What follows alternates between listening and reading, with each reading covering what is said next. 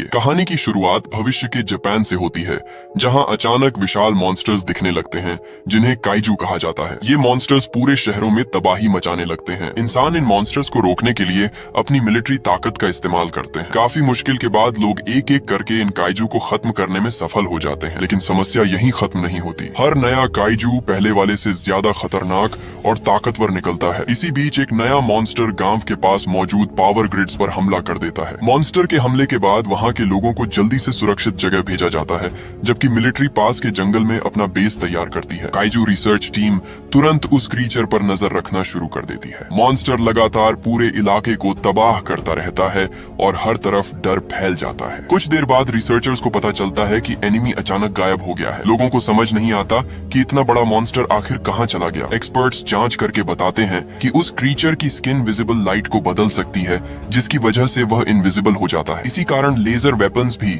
उस पर असर नहीं कर रहे होते। थोड़ी देर बाद मॉन्स्टर दूसरे पावर ग्रिड तक पहुंच जाता है। इस बार रिसर्चर्स एक बहुत चौंकाने वाली बात देखते हैं। उन्हें पता चलता है कि काइजू बिजली को खा रहा है। वह पूरे इलाके की इलेक्ट्रिसिटी अपने अंदर खींच रहा होता है। जितनी ज्यादा एनर्जी वह लेता है, उतना ही ज्यादा ताकतवर होता जाता है। मॉन्स्टर के गुजरने के बाद पूरे इलाके सिर्फ खंडर में बदल जाते हैं। स्थिति को संभालने के लिए मिलिट्री तुरंत कई मिसाइल्स लॉन्च करती है। सभी मिसाइल्स सीधे मॉन्स्टर की तरफ बढ़ने लगती हैं। लेकिन काइजू पहले ही खतरे को महसूस कर लेता है। वह अपने मुंह से एक जबरदस्त एनर्जी बीम छोड़ता है, जो हवा में ही सभी मिसाइल्स को नष्ट कर देती है। इस हमले के बाद क्रीचर और ज्यादा गुस्से में आ जाता है। वह आसपास की हर चीज को तोड़ना शुरू कर देता है और पूरे इलाके में भारी तबाही मच जाती है। इसी दौरान शिंजी नाम का एक काइजू स्पेशलिस्ट खतरे वाले इलाके में फंसे एक छोटे बच्चे को देख लेता है। बिना समय गंवाए शिंजी तुरंत बच्चे को बचाने के लिए दौड़ पड़ता है। उसी समय टीम को एक और डरावनी खबर मिलती है। उन्हें पता चलता है कि एक रहस्यमयी उड़ने वाली चीज बहुत तेज रफ्तार से अर्थ की तरफ आ रही है। अचानक वह ऑब्जेक्ट बैटलफील्ड में आकर जोरदार टक्कर मारता है। टक्कर इतनी खतरनाक होती है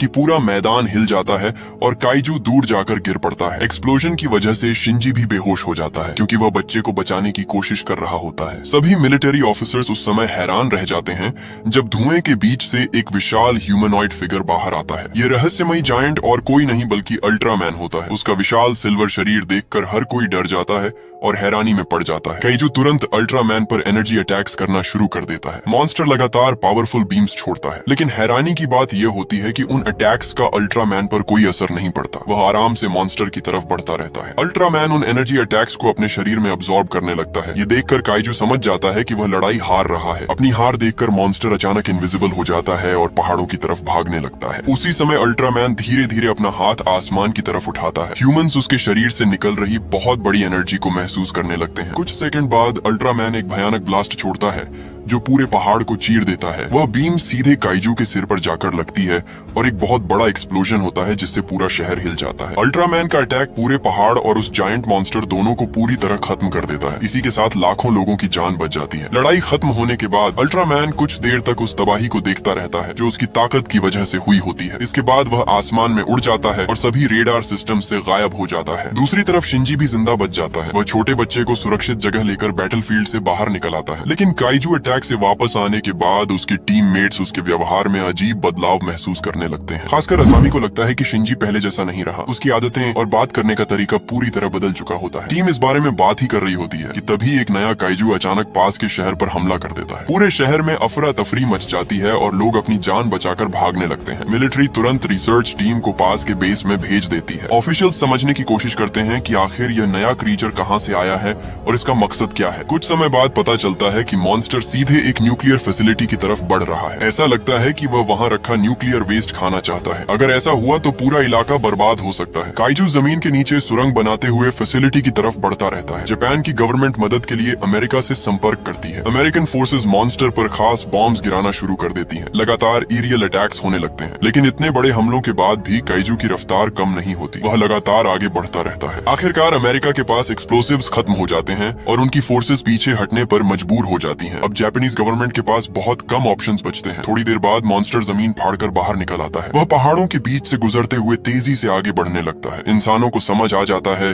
कि अब लड़ाई जमीन पर करनी पड़ेगी। उसी समय असामी नोटिस करती है कि शिंजी अचानक गायब हो चुका है। किसी को समझ नहीं आता कि वह कहाँ चला गया। असल में शिंजी अकेले जंगल की तरफ भागता है और एक रहस्यमयी डिवाइस एक्टिवेट करता है। डिवाइस एक्टिवेट होते ही शिंजी बदलकर अल्ट्रामैन बन जाता है। इस बार उसका शरीर चमकते हुए लाल पैटर्न से ढका होता है। लोग हैरान रह जाते हैं जब वह जायंट टाइटन बहुत तेज रफ्तार से आसमान में उड़ जाता है। दूसरी तरफ काइजू आखिरकार न्यूक्लियर फैसिलिटी तक पहुंच जाता है। वह अपने विशाल सिर से बिल्डिंग को तोड़ने की तैयारी करता है, लेकिन उसी समय अल्ट्रामैन वहां पहुंच जाता है। वह हवा में घूमते हुए मॉन्स्टर को जोरदार फ्लाइंग किक मारता है। अटैक इतना ताकतवर होता है कि काइजू दूर जाकर खिलौने की तरह गिर पड़ता है, लेकिन इस अटैक से मॉन्स्टर और ज्यादा गुस्से में आ जाता है। वह तेजी से अल्ट्रामैन की तरफ हमला करता है। काइजू सिल्वर जायंट को पकड़कर आसपास की बिल्डिंग से टकरा देता है। लड़ाई और भी खतरनाक होती जाती है। मॉन्स्टर अपने नुकीले हिस्सों से अल्ट्रामैन को घायल करने की कोशिश करता है और साथ में फैसिलिटी को भी नुकसान पहुंचाता है। अल्ट्रामैन तुरंत जवाबी हमला करता है और काइजू को दूर बैटलफील्ड में फेंक देता है। इसके बाद वह मॉन्स्टर की टेंटिकल्स पकड़ लेता है, फिर उसे हवा में घुमाकर पहाड़ों की तरफ जोर से फेंक देता है। लेकिन इतने अटैक्स के बाद भी काइजू रुकता नहीं। आखिरकार वह अपना असली चेहरा दिखाता है और जोरदार रोर करता है। कुछ ही पल बाद मॉन्स्टर एनर्जी जमा करना शुरू कर देता है। फिर वह अल्ट्रामैन पर एक खतरनाक लेजर बीम छोड़ता है। सब लोग हैरान रह जाते हैं क्योंकि अल्ट्रामैन उस अटैक को रोक देता है। इतना ही नहीं, वह धीरे धीरे उस एनर्जी को अब्सॉर्ब भी करने लगता है। लेकिन लड़ाई के दौरान अल्ट्रामैन के शरीर पर बने लाल पैटर्न्स धीरे धीरे हरे होने लगते हैं। ये इस बात का संकेत होता है कि उसकी ताकत कम हो रही है। इसके बावजूद वह हार नहीं मानता। अल्ट्रामैन सही समय पर मॉन्स्टर के करीब पहुंच जाता है और उसे जोरदार पंच मारता है। अटैक लगते ही काइजू जमीन पर जा गिरता है। इसके बाद अल्ट्रामैन मॉन्स्टर को उठाकर अपनी पीठ पर रख लेता है। फिर वह बहुत ऊंचाई तक आसमान में छलांग लगाता है और काइजू को अर्थ से दूर ले जाने लगता है। नीचे खड़े लोग समझ जाते हैं कि अल्ट्रामैन ने एक बार फिर पूरी दुनिया को बचा लिया है। पहली बार इंसानों को भरोसा होने लगता है कि यह जायंट वॉरियर सच में ह्यूमैनिटी की तरफ है। जब टीम वापस अपने बेस पर पहुंचती है तो वे हैरान रह जाते हैं क्योंकि शिंजी अचानक फिर से वहां दिखाई देता है। वह उसी तरह वापस आता है जैसे पहले रहस्यमयी तरीके से गायब हुआ था। इसके बाद पूरी टीम ऑफिस में जाकर सिल्वर जायंट की असली पहचान के बारे में जांच शुरू कर देती है। इसी बीच अल्ट्रामैन की खबरें तेजी से इंटरनेट पर फैलने लगती हैं और पूरी दुनिया उसी की बातें करने लगती है। रिसर्चर्स अभी अल्ट्रामैन के बारे में कुछ पता लगाने की कोशिश ही कर रहे होते हैं कि अचानक सभी कंप्यूटर्स खराब होने लगते हैं। देखते ही देखते हर फाइल और सारी रिसर्च डेटा अपने आप डिलीट हो जाती है। पूरी टीम समझ नहीं पाती कि आखिर यह कैसे हुआ। जब सभी लोग उम्मीद खोने लगते हैं तभी उनके सामने ज़ारब नाम का एक रहस्यमयी आदमी प्रकट होता है। वह खुद को दूसरे प्लेनेट का एलियन बताता है। साथ ही वह कहता है कि वह भी अल्ट्रामैन की तरह आउटर स्पेस से आया है। ज़ारब दावा करता है कि वह जापान के प्राइम मिनिस्टर से मिलना चाहता है। सबसे हैरानी वाली बात यह होती है कि वह डिलीटेड फाइल्स भी वापस ले आता है। इससे कई लोगों को लगता है कि शायद वह इंसानों की मदद करना चाहता है। कुछ समय बाद प्राइम मिनिस्टर को उस एलियन के बारे में बताया जाता है और वह उससे मिलने के लिए तैयार हो जाता है। मीटिंग के दौरान ज़ारब इंसानों को एडवांस टेक्नोलॉजी देने की बात करता है जिससे काइजू से लड़ना आसान हो सके। लेकिन उसकी एक शर्त होती है, जापान को एलियन रेस के अधीन रहना पड़ेगा। ये बात सुनते ही शिंजी समझ जाता है कि ज़ारब पर भरोसा नहीं किया जा सकता। वह तुरंत अपने साथी से बाकी टीम को वार्निंग देने के लिए कहता है। जैसे ही उसका पार्टनर कार से बाहर निकलता है, ज़ारब अचानक शिंजी के सामने आ जाता है। वह शिंजी पर उसके प्लान्स में दखल देने का आरोप लगाता है। इसके बाद एलियन अपना असली इरादा बताता है। ज़ारब चाहता होता है कि वह सिर्फ जापान की मदद करे ताकि बाकी देशों में डर और नफरत फैल जाए। उसका मानना होता है कि इससे पूरी दुनिया में युद्ध शुरू हो जाएगा और इंसान खुद एक दूसरे को खत्म कर देंगे। एलियन को लगता है कि इंसान बहुत खतरनाक है और उन्हें जिंदा रहने का हक नहीं होना चाहिए। अपना सच बताने के बाद ज़ारब शिंजी को बेहोश कर देता है और चुपके से उसे अपने साथ ले जाता है। कुछ देर बाद काइजू रिसर्च डिपार्टमेंट को एक बहुत डरावनी खबर मिलती है। रिपोर्ट्स में बताया जाता है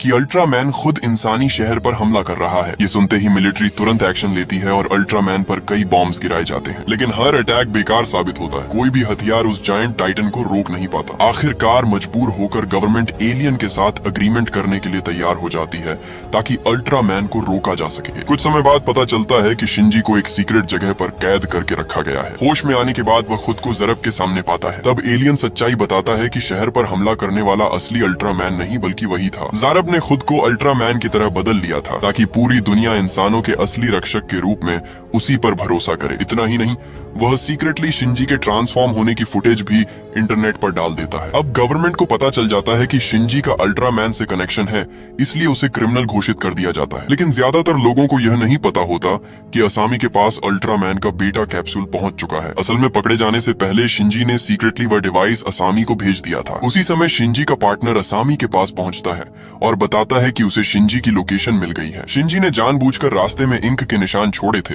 ताकि उसके दोस्त उसे ढूंढ सकें। यह सुनते ही असामी तुरंत अपने दोस्त को बचाने निकल पड़ती है, जबकि फेक अल्ट्रामैन फिर से शहर पर हमला कर रहा होता है। दोस्तों, अगर आपको भी अल्ट्रामैन की यह खतरनाक लड़ाई मजेदार लग रही है तो जल्दी से वीडियो को लाइक कर दीजिए और बताइए कि अगर आपके सामने ऐसा जायंट एलियन आ जाए तो आप क्या करेंगे, कमेंट करके जरूर बताना। साथ ही चैनल को सब्सक्राइब कर लो क्योंकि आगे कहानी में और भी खतरनाक ट्विस्ट्स आने वाले हैं। कुछ देर बाद असामी आखिरकार शिंजी तक पहुंच जाती है।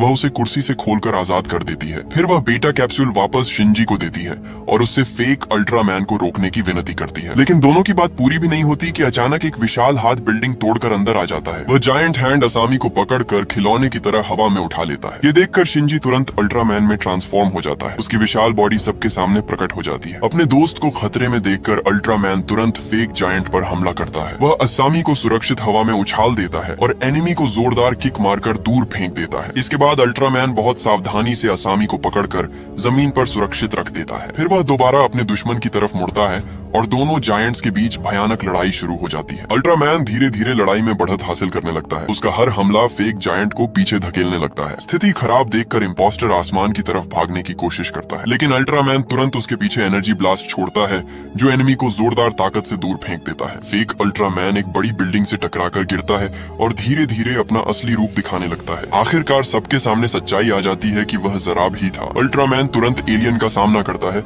लेकिन ज़ारब अपनी रहस्यमयी ताकतों से उसे कुछ देर के लिए रोक देता है। इस मौके का फायदा उठाकर ज़राब आसमान में भाग जाता है और अल्ट्रामैन उसका पीछा करने लगता है। दोनों की खतरनाक लड़ाई शहर के ऊपर हवा में जारी रहती है। आखिरकार अल्ट्रामैन दुश्मन तक पहुंच जाता है और एक बार फिर अपना पावरफुल लेजर बीम छोड़ता है। ज़ारब उस अटैक को रोकने की पूरी कोशिश करता है, लेकिन इसी डिस्ट्रैक्शन का फायदा उठाकर अल्ट्रामैन एनर्जी डिस्क छोड़ देता है। वह अटैक सीधे ज़ारब के शरीर को 2 हिस्सों में काट देता है और एलियन हमेशा के लिए खत्म हो जाता है। नीचे खड़े लोग हैरानी से देखते रहते हैं कि सिल्वर जायंट ने एक बार फिर ह्यूमैनिटी को बचा लिया, लेकिन अब तक अल्ट्रामैन की असली पहचान का सच सामने आ चुका होता है। गवर्नमेंट को पता चल जाता है कि शिंजी का कनेक्शन उसी सिल्वर जायंट से है। इस वजह से अथॉरिटीज एक बार फिर शिंजी को ढूंढना शुरू कर देती हैं। साथ ही उसकी पूरी टीम को ड्यूटी से हटा दिया जाता है। इसी बीच टीम कैप्टन को एक और डरावनी खबर मिलती है। वह तुरंत सबको लेकर शहर की तरफ निकल पड़ता है। जब वे लोग वहाँ पहुँचते हैं तो उनके सामने एक और जायंट फिगर खड़ा होता है। सबसे चौंकाने वाली बात यह होती है कि वह जायंट और कोई नहीं बल्कि असामी होती है। पूरी टीम समझ जाती है कि कुछ बहुत गलत हो चुका है। असामी किसी हिप्नोसिस में दिखाई देती है। वह अपने टीममेट्स की किसी भी बात का जवाब नहीं देती। अचानक जायंट असामी अपना हाथ उठाती है और पास की बिल्डिंग पर हमला कर देती है। ये देखकर सिविलियंस डर के मारे भागने लगते हैं, लेकिन इससे पहले कि वह और ज्यादा नुकसान पहुंचाए, अचानक हवा में एक रहस्यमयी आवाज गूंजती है। वह आवाज कहती है कि यह हमला सिर्फ एक डेमोन्स्ट्रेशन था। साथ ही वह ह्यूमैनिटी को वार्निंग देती है कि सिर्फ अल्ट्रामैन ही जायंट बनने वाला अकेला क्रीचर नहीं है। कुछ ही पल बाद वह रहस्यमयी आवाज गायब हो जाती है। उसी समय असामी अचानक पीछे मुड़ती है और बेहोश होकर जमीन पर गिर जाती है। इस मौके का फायदा उठाकर अथॉरिटीज उसे पकड़ लेते हैं ताकि आगे कोई हमला ना हो सके, लेकिन किसी को समझ नहीं आता कि उसे वापस नॉर्मल कैसे किया जाए। इसी दौरान मफीलस नाम का एक रहस्यमयी आदमी टीम के सामने आता है और खुद को एलियन बताता है। वह बताता है कि असामी को जायंट बनाने वाला वही था। इसके बाद वह अल्ट्रामैन के डिवाइस जैसा एक टेक्नोलॉजी सिस्टम दिखाता है। अपनी ताकत साबित करने के लिए मफीलास तुरंत असामी को वापस इंसान बना देता है। होश में आने के बाद असामी को कुछ भी याद नहीं रहता कि उसके साथ क्या हुआ था। इसके बाद एलियन अपना असली प्रस्ताव सामने रखता है। वह ह्यूमैनिटी के साथ अपनी एडवांस टेक्नोलॉजी शेयर करना चाहता है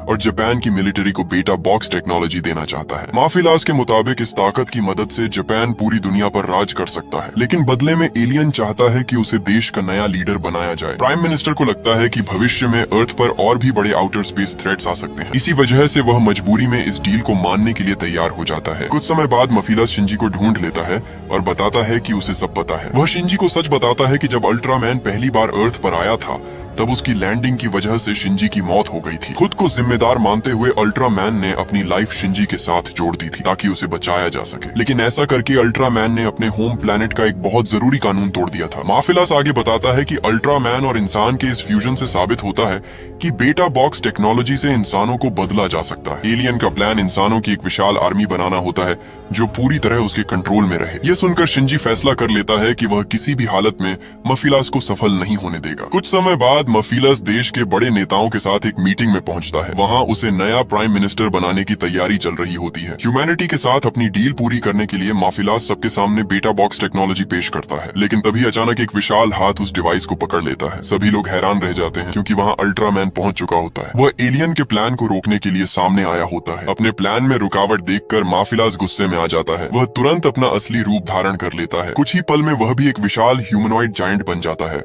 और अल्ट्रामैन से लड़ने के लिए तैयार हो जाता है। दोनों जायंट्स तुरंत एक दूसरे से दूर छलांग लगाते हैं और लड़ाई शुरू हो जाती है। अल्ट्रामैन सबसे पहले एनिमी की तरफ एनर्जी डिस्क फेंकता है, लेकिन उस अटैक का मफिलास पर ज्यादा असर नहीं होता। इसके जवाब में एलियन एक खतरनाक लेजर बीम छोड़ता है। खुशकिस्मती से अल्ट्रामैन सही समय पर उस अटैक को डिफ्लेक्ट कर देता है। इसके बाद मफिलास तेजी से आगे बढ़ता है और अल्ट्रामैन को जोरदार किक मारकर बिल्डिंग में फेंक देता है। फिर वह सिल्वर जायंट को पकड़कर जमीन पर पटक देता है। दोनों शक्तिशाली बीइंग्स के बीच भयानक मुकाबला शुरू हो जाता है। जल्दी ही दोनों बराबरी की ताकत से लड़ते दिखाई देते हैं। जब फिजिकल कॉम्बैट से फैसला नहीं निकलता, तब दोनों अपनी पूरी एनर्जी पावर्स इस्तेमाल करना शुरू कर देते हैं। अल्ट्रामैन और मफिलास एक साथ अपने सबसे बड़े अटैक्स छोड़ते हैं, लेकिन धीरे धीरे मफिलास लड़ाई में बढ़त हासिल करने लगता है। असल में अल्ट्रामैन की ताकत उसके ह्यूमन फॉर्म से जुड़ी होती है और अब उसकी एनर्जी कमजोर पड़ने लगती है। ऐसा लगने लगता है कि अल्ट्रामैन अब हार जाएगा, लेकिन तभी अचानक मफिलास कुछ महसूस करता है। वह नोटिस करता है कि कोई तीसरी ताकत इस पूरी लड़ाई को देख रही है। यह महसूस करते ही वह अचानक लड़ाई रोक देता है। फिर वह घोषणा करता है कि अब उसे अर्थ पर कब्जा करने में कोई दिलचस्पी नहीं है। अल्ट्रामैन ध्यान से उसकी बात सुनता है और आखिरकार बेटा बॉक्स उसे वापस लौटा देता है। कुछ ही पल बाद मफिलास आसमान में गायब हो जाता है। दूसरी तरफ काइजू रिसर्च टीम शिंजी को ढूंढते हुए वहां पहुंचती है, लेकिन वे सिर्फ अल्ट्रामैन को अचानक गायब होते हुए देख पाते हैं। बाद में पता चलता है कि अल्ट्रामैन उसी जगह वापस गया है जहां पहली बार शिंजी की मौत हुई थी। वह वहां खड़े होकर इंसान के साथ अपने फ्यूजन के फैसले के बारे में सोचता रहता है। उसी समय अल्ट्रामैन के होम प्लैनेट से एक और एलियन अर्थ पर आता है। उस एलियन का नाम जाफी होता है और वही रहस्यमयी ऑब्जर्वर था जिसने लड़ाई रुकवाई थी। जाफी अल्ट्रामैन को बताता है कि उसने इंसान के साथ मिलकर बहुत बड़ा कानून तोड़ा है। वह उसे वापस ले जाने के लिए अर्थ पर आया होता है, लेकिन सबसे डरावनी बात अभी बाकी होती है। जाफी फैसला कर चुका होता है कि अर्थ को खत्म कर देना चाहिए। इसके लिए वह ज़ेटिन नाम की एक भयानक वेपन का इस्तेमाल करने वाला होता है। उसका मानना होता है कि इंसानों के पास बेटा कैप्सूल जैसी टेक्नोलॉजी होना पूरे यूनिवर्स के लिए खतरा है, लेकिन अल्ट्रामैन उसकी बात से सहमत नहीं होता। वह कहता है कि इंसानों में दया और बलिदान की भावना होती है। वह शिंजी का उदाहरण देता है जिसने अपनी जान खतरे में डालकर छोटे बच्चे को बचाया था। ह्यूमैनिटी को बचाने के लिए अल्ट्रामैन फैसला करता है कि वह अकेले ही ज़ेटिन को रोकेगा, चाहे उसकी खुद की जान क्यों न चली जाए। कुछ समय बाद अर्थ के एटमॉस्फेयर में एक रहस्यमयी ऑब्जेक्ट दिखाई देता है। धीरे धीरे वह ऑब्जेक्ट फैलकर एक विशाल रोबोटिक स्ट्रक्चर में बदल जाता है जो पूरे प्लेनेट के ऊपर तैरने लगता है। दुनिया भर के लोग डर के साथ उस जायंट ऑब्जेक्ट को देखने लगते हैं। उधर शिंजी आखिरकार अपने टीममेट से दोबारा मिलता है। वह सबको बताता है कि ज़ेटिन इतना शक्तिशाली वेपन है जो पूरे सोलर सिस्टम को खत्म कर सकता है। शिंजी ये भी बताता है कि ह्यूमैनिटी के सारे न्यूक्लियर वेपन्स मिलकर भी उस जायंट रोबोट को डिस्ट्रॉय नहीं कर पाएंगे। अब इंसानों के सामने बचने का लगभग कोई रास्ता नहीं बचता। इसके बाद शिंजी एक रहस्यमयी फाइल छोड़कर बाहर चला जाता है और एक बार फिर अल्ट्रामैन में बदल जाता है। सिल्वर जायंट तुरंत आसमान की तरफ उड़ता है और विशाल एनिमी की तरफ हमला करने निकल पड़ता है। अल्ट्रामैन बिना समय गंवाए उस विशाल मशीन पर हमला शुरू कर देता है। वह लगातार कई एनर्जी ब्लेड्स छोड़ता है जो सीधे जायंट रोबोट से टकराते हैं, लेकिन एनिमी भी तुरंत जवाबी हमला करता है। वह अल्ट्रामैन की तरफ भयानक एनर्जी बॉम्ब्स छोड़ने लगता है। स्थिति बहुत खतरनाक हो जाती है और अल्ट्रामैन खुद को बचाने की पूरी कोशिश करता है। वह अपनी बची हुई सारी ताकत लगाकर उन अटैक्स को रोकने लगता है, लेकिन जल्द ही साफ हो जाता है कि एनिमी उससे कहीं ज्यादा शक्तिशाली है। आखिरकार एक बहुत बड़ा हमला अल्ट्रामैन को जोरदार ताकत से वापस अर्थ की तरफ फेंक देता है। जब अल्ट्रामैन एटमॉस्फेयर से नीचे गिरता है तब वह वापस शिंजी में बदल जाता है। उसका घायल शरीर समुद्र में जा गिरता है। खुशकिस्मती से शिंजी जिंदा बच जाता है,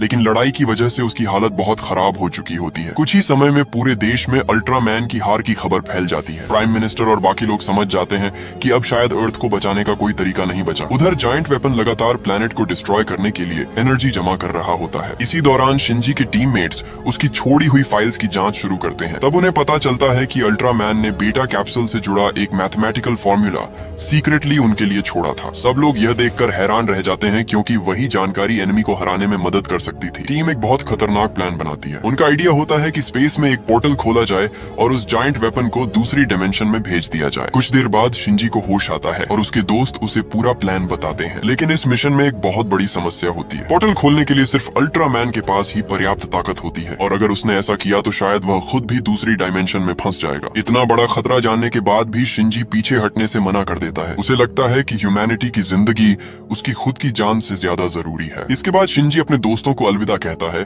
और आखिरी बार अल्ट्रामैन में ट्रांसफॉर्म हो जाता है। सिल्वर जायंट तेजी से एटमॉस्फेयर की तरफ उड़ जाता है और विशाल वेपन के करीब पहुंचता है। जैसे ही अल्ट्रामैन सही दूरी तक पहुंचता है, वह दूसरी डायमेंशन से जुड़ा पोर्टल खोल देता है। पोर्टल बिल्कुल एक ब्लैक होल की तरह दिखाई देता है। इसके बाद अल्ट्रामैन पूरी ताकत से जेटिन की तरफ हमला करता है। वह एनिमी की बैरियर तोड़ देता है और जायंट वेपन को धीरे धीरे पोर्टल की तरफ धकेलने लगता है। अपनी पूरी शक्ति लगाकर अल्ट्रामैन आखिरकार उस विशाल मशीन को ब्लैक होल जैसे पोर्टल के अंदर भेज देता है। मिशन सफल होने के बाद अल्ट्रामैन खुद भी वहां से निकलने की कोशिश करता है, लेकिन पोर्टल की खतरनाक ताकत उसे अपनी तरफ खींचने लगती है। वह पूरी ताकत लगाकर बाहर आने की कोशिश करता है, लेकिन उसकी एनर्जी तेजी से खत्म होने लगती। लोग आसमान की तरफ देखते हैं और समझ जाते हैं कि अल्ट्रामैन ने इस ग्रह को बचाने के लिए खुद की जान दांव पर लगा दी थी। उन्हें ऐसा लगता है कि उनका सबसे बड़ा रक्षक हमेशा के लिए चला गया है, लेकिन इंसानों को यह बात पता नहीं होती कि आखिरी समय पर जाफी ने अल्ट्रामैन को बचा लिया था। वह अभी भी जिंदा होता है और पूरी तरह खत्म नहीं हुआ होता है। जाफी इंसानों की जीने की मजबूत इच्छा को देखकर अर्थ को खत्म करने का फैसला बदल देता है। वह समझ जाता है कि इंसान आसानी से हार मानने वाले नहीं हैं और उनमें लड़ने की ताकत अभी भी बाकी है। अपने घर वापस जाने की जगह अल्ट्रामैन अर्थ से जुड़ा रहने का फैसला करता है। वह शिंजी को पूरी तरह ठीक कर देता है और उसे इस ग्रह का रक्षक बनकर जीने का मौका देता है। कुछ समय बाद शिंजी फिर से होश में आता है। वह अपने सभी दोस्तों के बीच होता है और सभी लोग उसे देखकर बहुत खुश हो जाते हैं। तो आपको ये मूवी कैसी लगी? अपने विचार नीचे कमेंट्स में जरूर बताना और वीडियो को लाइक और चैनल को सब्सक्राइब करना ना भूले, जो आप ऐसी और वीडियोस देख पाए।